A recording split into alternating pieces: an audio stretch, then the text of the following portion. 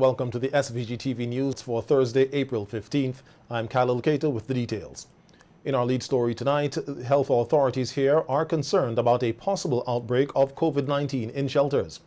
Speaking on a radio program today with Prime Minister Dr. Ralph Gonsalves, Chief Medical Officer Dr. Simone Kieser-Beach said 5 evacuees in private and government shelters have tested positive for the virus. Those persons were actually were in the homes of relatives, so that we have exposure within a private home, and the other 3 persons, one in one shelter, exposing 12 persons in that family, and 2 persons in another shelter, exposing around 8 persons in that shelter immediately as close contacts. So we are in the process now of doing contact tracing and extensive testing of those contacts. While contact tracing and testing have commenced, the CMO reported that many persons are resisting COVID-19 tests and vaccinations and expressed concern that COVID-19 may spread among evacuees as many patients have been asymptomatic. So we are working on those. We are very concerned about the spread of COVID. Remember, it's mostly asymptomatic in the shelters and with persons who have moved into homes, and also because we also have community spread in other communities, people moving in and out of the shelters, mixing in the community. They might pick up something in the community and bring it back in. So we're really stressing that persons try as much as possible. We know it's very, very difficult to keep your mask on, but now you have 2 reasons. You have COVID and you have the ash. According to the CMO, 1 police officer has also tested positive for COVID, noting that police are frontline workers, and this can affect their service to the nation at this critical time. Positive. That's positive. Their contacts around them that have reduced have to be the quarantine or very limited activities. So absolutely. If a person tests positive, he's working in with other policemen around him. That the impact that is going to have, the domino effect that has on the services and our capacity to respond and protect is significant. Yes. So we need to be cognizant of all of those things. The CMO said they will be distributing more masks to shelters as they continue to encourage persons, including evacuees, to take preventative measures to safeguard against COVID-19. Meanwhile, 6 new positive cases of COVID-19 were recorded from 179 samples processed yesterday, resulting in a positivity rate of 3.35%. No new recoveries were recorded over the reporting period. The number of total recoveries remains at 1,677. 131 cases remain active, and 10 persons with COVID-19 have died. 1,818 cases of COVID-19 have been reported in St. Vincent and the Grenadines since March 2020.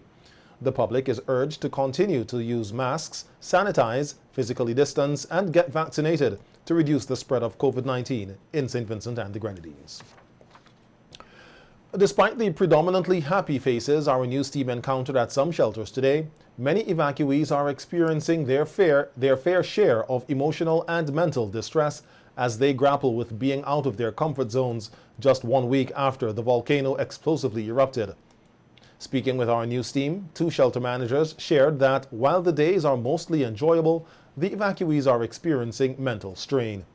This became evident in one shelter, as counseling was requested to pacify those who were visibly not processing their experience well. The shelter manager says it was also needed to maintain a safe environment for all, as anger and feelings of despair were threatening to destroy the peaceful environment. They've been okay, but every now and again there's a burst of emotions. So I spoke to the Minister of Education, and a council was sent to us yesterday. She counseled everybody on an individual base, group base, and some seems to be okay. But the men sometimes, as last night, some of them were acting up. Many of them, I think they have relatives that are back there, so they will send them videos. Many of them have lost their homes so far, as they are saying, homes, livelihood and everything. That's why I asked for counseling. Because of the outbursts and some of the things that they were saying and doing, I thought at one point it would be violent. I didn't want that to happen. Frustrated, angry, some at a loss of what they should do or behave or say. So I hope they will continue to come to guide them, you know, so that we get through this period. With some persons struggling to adjust to their new environment, the vast majority of evacuees are said to be adjusting well.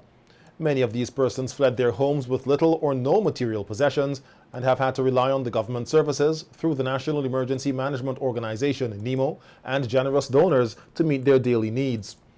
Our news team visited several shelters in the South Windward area today and spoke with evacuees on and off camera who shared their first-hand experience who shared firsthand the reality of living in a shelter. The women they spoke to says despite the challenging circumstances, the treatment they have been receiving makes them feel at home. I am from Georgetown, Dixon Village, and I did Diamond Delivery Center. When I get damaged, my house roof is damaged, I get in good treatment. I feel like I still the home. Me is the chef. I treating everybody good. I giving them something good to eat and they are satisfied with what I am giving them.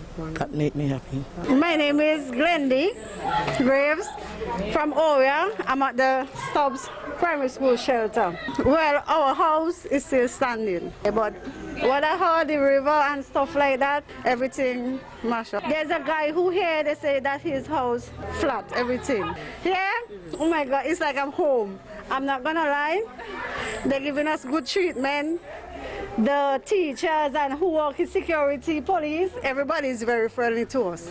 I don't know for other places, but here, they're giving to us. We are receiving what we're supposed to. And to me, they're not hiding anything from us. They bring into our room, stuff to our room. They will call and for us to come up and take what we want. I have to make myself happy because, you know, I can't think about what happened. I really have to make myself at home. They're calling me Nemo here. I'm the second Nemo here. Yeah, everybody calling me Nemo. They, you know, because I always go, you okay? Make sure everybody gets what they're supposed to get.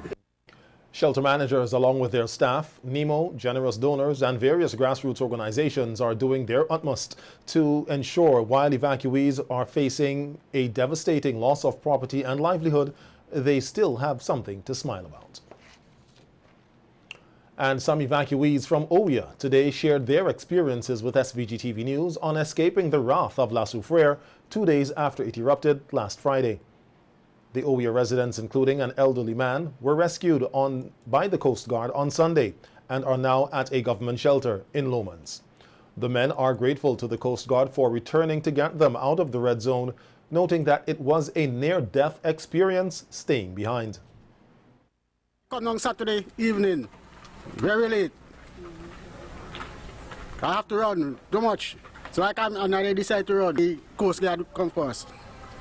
Yeah, it was terrible, really terrible. Yeah, I lost my phone, I lost my money, and everything. So, I come here and I'm satisfied. Uncle struggle on the life and death. Yeah. And when I jump there and I see the bar of ash go over the hill, I'm watching it until it starts to melt and until it starts to drop the ash. I struggle. It's Sunday morning, Coast Guard come up there. And I had to hustle to come by the wharf to survive. And I thank God I can survive to see another day. Hit lightning like fire in the sky and just thunder, going boom, boom, boom, boom. Something's thrown and so coming on the house. Sulfur outside. Emergency, let us go. Coast Guard coming for me. So when I try to open the door, I did downstairs, down cellar. So when I try to open the door, I cannot open the door because it's full of sulfur between. So I have to jump the window and lock it. When I jump the window now, sulfur meet me about 2 ash meet me about 2 or 4 inches. Going and have to pull up the foot, look for the tough place. So I say, boy, today is a dead day. This morning is dead. When I watch the time, I saw 9 o'clock, it's still dark. The men said they stayed behind for the sake of their animals, as some perished while others were set loose. Yeah, animal. And I let the big animal there on Sunday. I just shut out. But have all the animals die, and everyone dead. Hog, 7 hogs, 6 animal, 6 goat. And I leave going down on the hill for catch the Coast Guard by the Jeppy. Well, they died. Yeah, they died. Because they died. So everything died. Because I let go the sheep in the schoolyard, they just watching me innocent. They don't make up the dead face. Right? So I leave them. Right? So I go to the Coast Guard. But I have a nice ride. When we come in Larry, we see the place dark. So the Coast Guard have to use it. I must thank the Coast Guard fellas. Meanwhile, the shelter manager said all the evacuees are from one community and it has so far worked out well for them.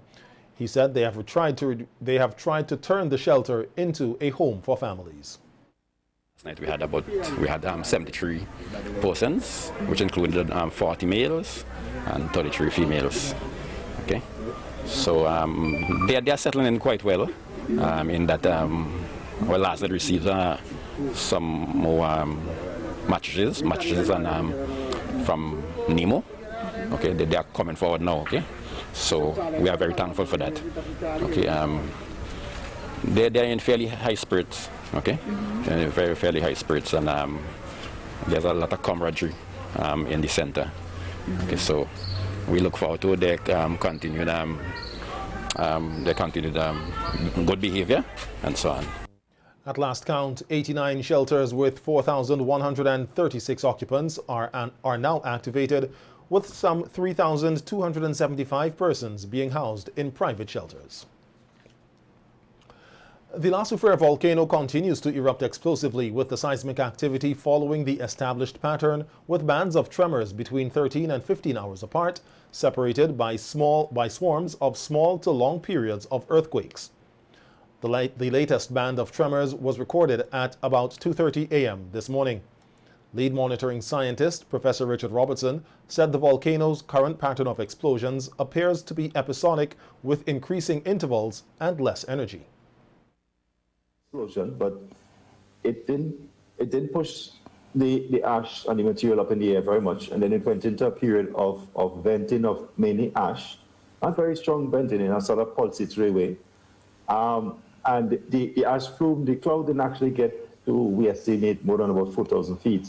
And a lot of, because of the wind direction and because it's not getting very high, when the ash doesn't get very high, dominantly the wind blows towards the western side of the volcano. So it blew the ash towards the southwest. Some people on the western side of St. Lucia might have seen it's very hazy out the coast. It's possible that some of the ash might have come inland. But generally, the ash, it was pumping out ash, and it's still, to a certain extent, mainly pumping out probably a little bit more steam than ash. But it went on for that for a few minutes, and that was it. That was it in terms of the elevated, the period when it has a lot of activity at the top, where it's pushing out material. And we are currently now into a period of, again, the long period earthquakes. So it's almost like if it's trying to have an explosive eruption, but there probably isn't sufficient gas down there, and the conditions are not sufficiently correct for it to actually pressurize enough to produce an explosion that's very big. Professor Robertson said that there is the possibility that another dome will form if the pattern of activity continues. We have more gas than ash, and there's a possibility that eventually the magma that is trying to come out, that is having a sort of a hard time because it doesn't have any energy, that much energy, and the condition of the conduit is not the same, that it's possible that you might have some sort of dome forming, and that might be what goes on until it does something else.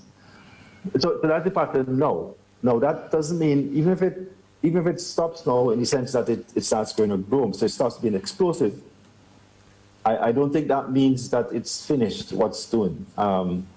You know, from all signs that we have, it's sort of still, you know, it's still doing this thing. And we're not quite sure how much magma, how much material is beneath the surface that wants to come out and that could come out. So I think even though it goes into a period of quiet, that is quiet dome growth, sort of more the kind of effusive activity we had earlier on between December and April. We would not be surprised if at some point it goes explosive again.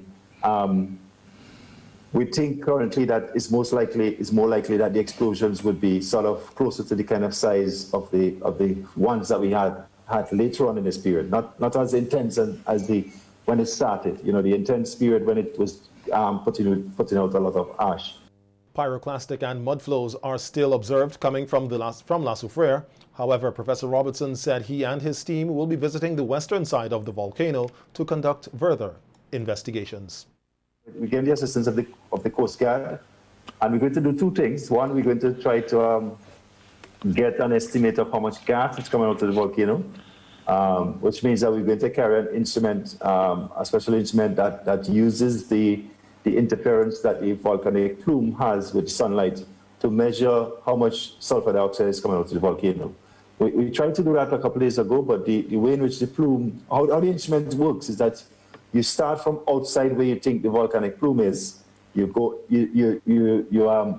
under the plume, and then you continue going until you get out of the plume, so that it could start at sort of background, then it measures and it goes back to background. When we tried to do it, I think it's 2 days ago, or was it yesterday? We didn't get out of the plume because the plume was very wide and it was sort of moving around. Today it looks like it's more finite and more organized, so we hope to get that. So the sulfur dioxide measurements is one of the things that we want to do. We also want to see if we could get a sample of the material at the front. You know, we'll go in close by and take a sample of the pyroclastic flows that came down, certainly wet Wallabu. The volcano alert level remains at red. The UWI Seismic Research Center, the UWI SRC, said it has received a grant from the Caribbean Catastrophe Risk Insurance Facility to support its monitoring efforts during the ongoing eruption of La Soufrière. The center says $17,150. The grant will fund equipment to strengthen the network, rebuild existing monitoring sites, and provide backup equipment for the ongoing event. The center further noted that the new communication and ground deformation equipment will be added to those already deployed, increasing the UWI SRC's capacity to understand the volcano's eruptive processes and provide advanced warning of hazardous activity to the Vincentian population in the future. The SRC director, Dr. Erosila Joseph, says the additional equipment will help scientists to better monitor the volcano that caused over 10,000 residents to evacuate. Still on the local scene, the Caribbean Disaster Emergency Management Organization Association SEDEMA is set to hit the ground here in SVG to assess the impact of the eruption of the La Soufrière volcano. In a media briefing from the agency's headquarters in Barbados, the SEDEMA Executive Director, Elizabeth Riley, said a fuller picture of the state of the disaster on mainland St. Vincent is expected to emerge over the next 4 days as the Regional Disaster Management Agency responds to the ongoing eruption. The intent of that team is to support the government in providing an assessment or snapshot of where certain key sectors are at this stage. And we want to thank the regional agencies, including CARFA and CARDI, who readily agreed to provide persons to support these teams, as well as our international partners, such as the FAO and PAHO, who are also participating in this assessment, and other entities like CARLEC.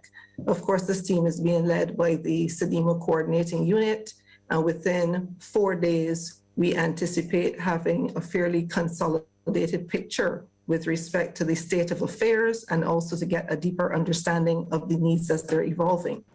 With reports of heavy devastation in the northern communities in the red zone, donations began to pour in from persons locally, regionally, and internationally.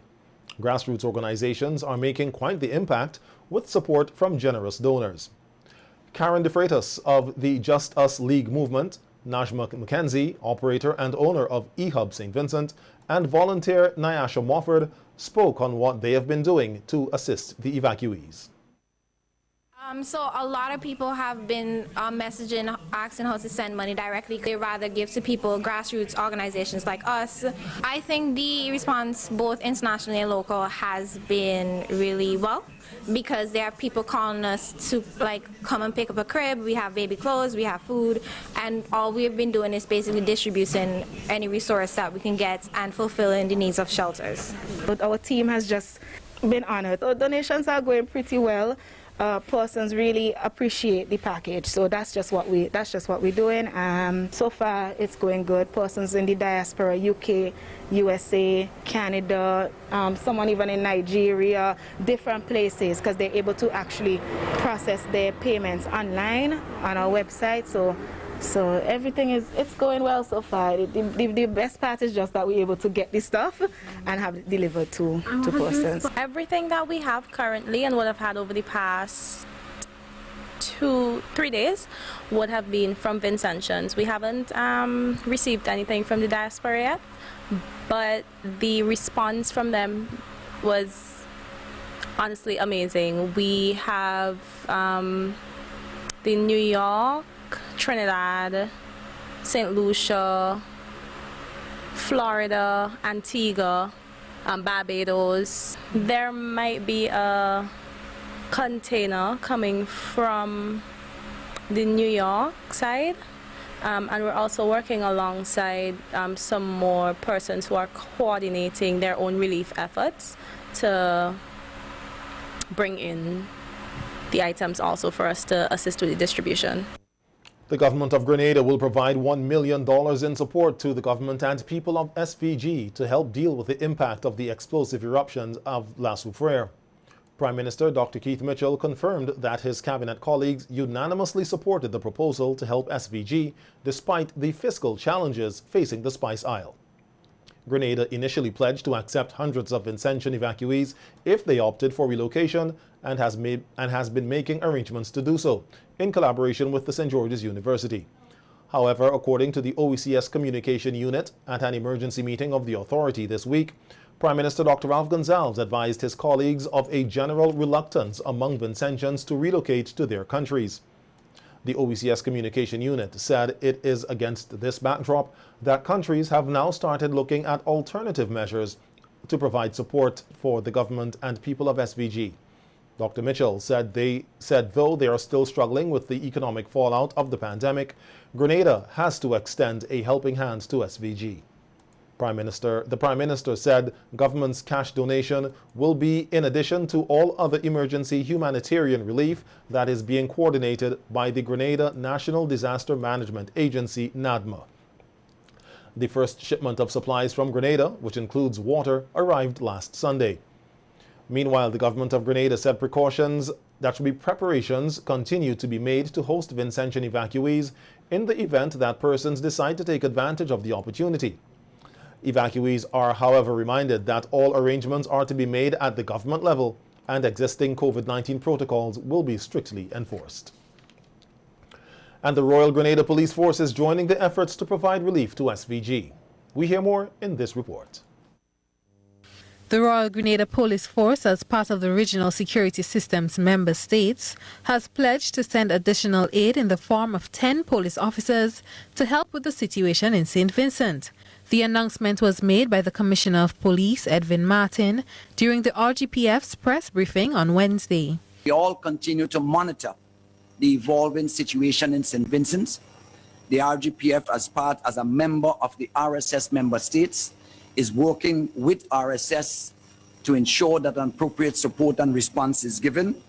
And we do have a request and order before the end of the week. About 10 officers should be leaving Grenada to assist St. Vincent in the aftermath of the volcano eruption that we had there. If and when that happens, of course, we will provide additional information. Meanwhile, a contingent from the Barbados Defense Force, the BDF, safely arrived in St. Vincent and the Grenadines today as part of a regional response team to the ongoing eruption. The team, led by Chief of Staff Colonel Glenn Granham, includes 30 troops and support staff. The BDF platoon will team with their regional counterparts to provide security and law enforcement support to local authorities. The local arm of the Red Cross says it has been able to distribute much-needed water to more than 15 communities in the Green Zone with support from the Central Water and Sewerage Authority. On Wednesday, the Red Cross received some 40,000 bottles of water along with 25 cubic meters of bulk storage and other items including cleaning kits, masks, sanitizers, wipes and gloves, which were brought into SVG on a French naval ship. The Red Cross said the CWSA helped to identify the communities most in need of water and assisted with the distribution of bottled water. Since the evacuation order was given, the Red Cross says it activated its Emergency Operations Center, headed by President Bernard Morgan. The relief efforts are carried out by a cadre of volunteers.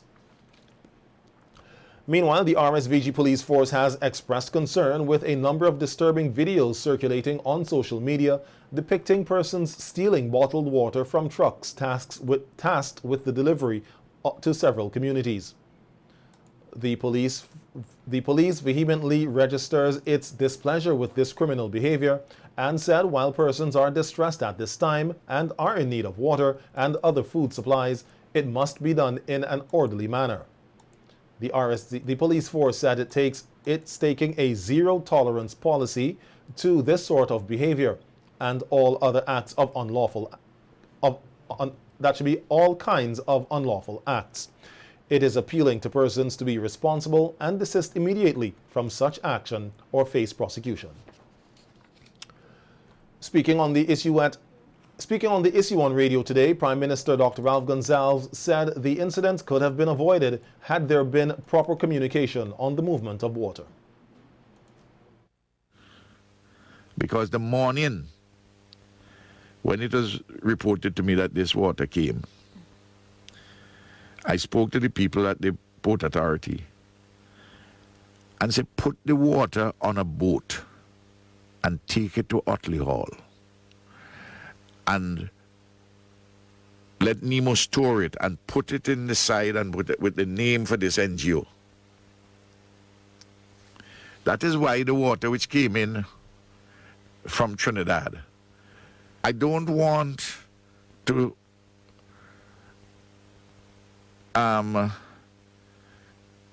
make what happened worse than it is. Neither do I want to downplay it. But it was not a case where there was a hijacking of a truck. It's person pulling off water because persons need it. I'm not justifying that. But that could have been avoided if there was proper, in my view, I may be wrong, but in my view, if all the communication was done when the water is being moved. Dr. Gonsalves said in these times security is very important and he is asking all NGOs and persons who are receiving large amounts of supplies to get in contact with the security forces and NEMO. So I'm asking everybody who are receiving items, and particularly NGOs who may be receiving significant numbers of things, please coordinate with NEMO and the police in relation to appropriate security. Yes. I want to make that point. In other news, police are investigating the circumstances surrounding the shooting death of Manajaka Solomon, a 28-year-old laborer of Barrowley, that occurred yesterday at about 10:20 in Barrowley. According to investigations, an assailant with malice aforethought caused the death of Solomon by shooting him about his body with a gun. The death of Solomon marks the 10th homicide recorded in St. Vincent and the Grenadines for 2021. A post-mortem examination is expected to be carried out on the body of the deceased to ascertain the exact cause of death. One suspect is currently in police custody, assisting with the investigations. The Carnival Development Corporation, the CDC, has expressed deep sorrow with the passing of Lennox Scully Hunt, a former handicraft officer in the then Ministry of Education, Youth and Community Development. Hunt was an artistic designer par excellence, an outstanding craftsman, and an ordinary mass maker and band leader who won 3 Band of the Year titles in 1969, 1970, and 1973. According to the CDC, his greatest masquerade presentation was the highly creative In the Hands of the People, which took the Band of the Year titles in both the Judges and People's Choice categories in 1973. Overall, his contribution to the cultural development in SVG spanned 5 decades, culminating in his 2 most recent triumphs, that of copping the 2015 King of the Band title, an Eastern interlude from Adrenaline Masses and Eastern Travelogue, and the 2019 Queen of the Band title with the fantastic design of Spirobranchus giganteus, a Christmas tree worm from SVG Players International's Wonders of Nature. The CDC noted that Hunt's artistic expertise and creative designs were not confined to his homeland, St. Vincent and the Grenadines, but extended to the Caribbean, North America, and Europe. The Carnival Bands Incorporated, CBI, the SVG Calypsonians Association, and the Yulupan movement join with the CDC in extending deep condolences to the family and friends of the late Dr. Lennox Scully Hunt.